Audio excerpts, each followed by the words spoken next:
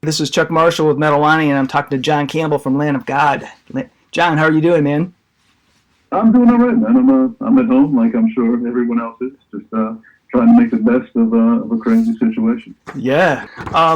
So, I'm hoping that you and your families, everybody else in the band is doing really good during this, crazy time. I know it's... Thank you. Yeah, we're doing okay, and I wish the same for you and everyone listening in. This is crazy, but it's a chance to, prove that we're humans worthy of being here. Right. And take care of each other and look out for each other. Yeah. While this 2020 has been like super challenging, the kind of the bright light for at least since June 19th was when the new self-titled Lamb of God came out. So it's something to pull us through. And I'm curious, like, do you have a sense that this new album as being like kind of a defining moment in the history of Lamb of God?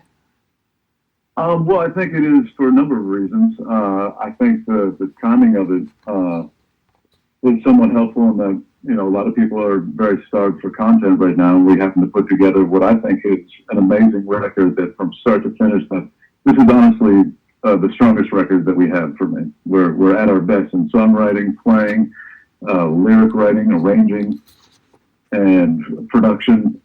And we put out a record of 10 amazing songs that I think on that alone, it's going to be a historic record for us. But it's also going to be a record that people will look back, remembering this pandemic in the rearview mirror, which hopefully will be sooner than later. And that may stick out as a memory. Right. And I'm curious, I mean, I love the new album. There's a bunch of tunes that I'm like really partial to. But I was curious, which songs off the new album speak to you the most?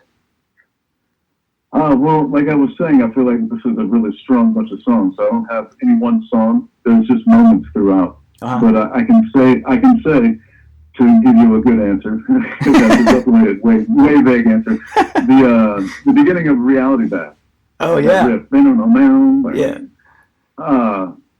That was, I think, the last riff written. Oh and, really? And Mark just like playing around. We were trying to come up with a part, and Mark just kind of worked through this piece and popped it out, and like it's my favorite riff on the record, I think. That's cool. I love that. On a record full of riffs. That's it's packed with them. I mean, because like for me, Gears is like, I just love that tune. Cool.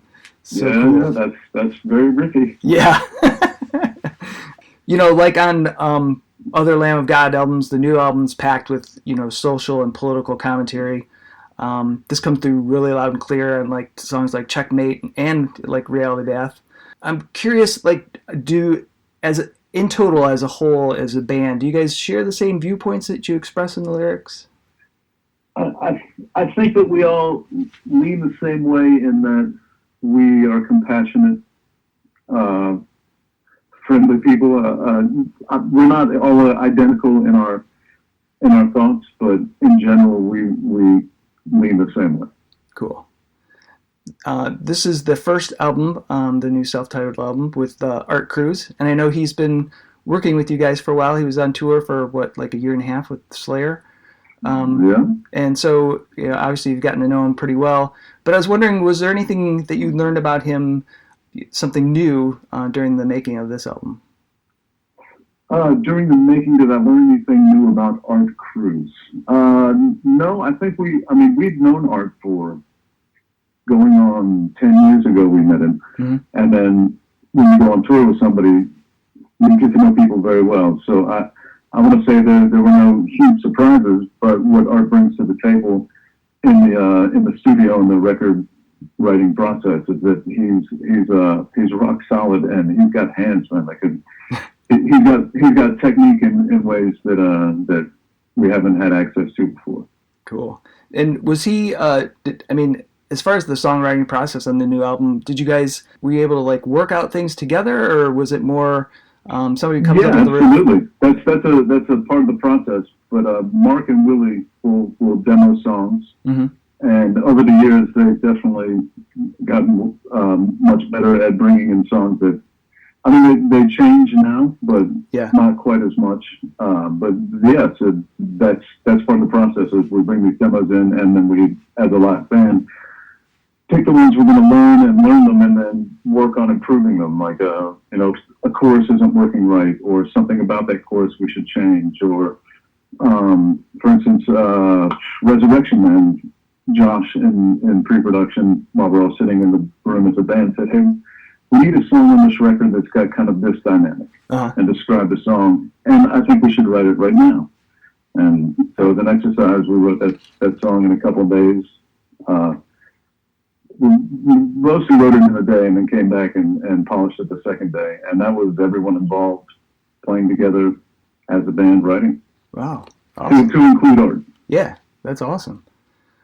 The pandemic has hit artists and musicians, road crews, people working at venues, pretty much everybody in the music business really hard. Have you guys been concerned as a band how the severe economic downturn related to this pandemic is going to affect you? Absolutely, yeah. It's rough out there for a lot of people, and it's a lot rougher for some people than it is for me. But there's always a breaking point for everybody, right? Right. And in the history of the band, we've had dark moments where who knew what was going to happen. Yep. And I don't want to say that it's quite that desperate, but it's creeping into familiar territory, at least having to look at things in a massive, life-altering change sort of way. But I think everyone's looking down that barrel as this uncertain time that we're in. And it's really unnerving and very frustrating to look at how the situation is going in our country versus the rest of the world, where you have countries like New Zealand where it's more or less virus-free. Right. Europe is starting to control it so much that they're like, okay, let's consider opening the borders, but hey, look at the numbers on America. Holy crap. Yeah. Those things are not coming here. And, I have family in Europe that I would love to be able to see, and I just feel like, I don't know, I'm rambling at this point because I'm frustrated with what you're touching up on. But yes, as an artist during the pandemic, this is a very difficult time. Yeah.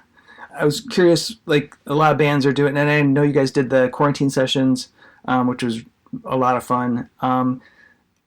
Given that you can't really do any touring right now, any plans for other kind of live streamed concerts or other kind of events you guys are thinking of? Well, this is who knows when normal's coming back. So I think if there's going to be a future, there's definitely needs to be some new ways of producing the art that we produce, or presenting the art that we produce. And yes, we are discussing things. We've got things in going on. So we just had a record come out. We want people to remember that and pay attention to that. Yeah. Maybe do some drive-in shows. Yeah, I mean, there's a lot of stuff on the table. It's just trying to figure out how we incorporate those into a way that is true to who we are and what's going on at the moment. Yeah. So, I know a lot of people, as fans, Lamb of God albums have been pivotal parts of their musical history. I was wondering, what were some albums that were pivotal to you when you were a kid that still resonate with you today? That still resonate with you today is definitely a qualifier, because I go back sometimes and will listen to stuff I used to listen to all the time as a kid, and like, whoa, some of that stuff doesn't hold. But I listened to a lot of DC hardcore, and the first record that came to mind when you were asking that question was Dag Nasty, Can I Say? Oh, cool. It is a great record, and there's an alternate version with their original singer, Sean. God, I'm blanking on his name. But it's a great record.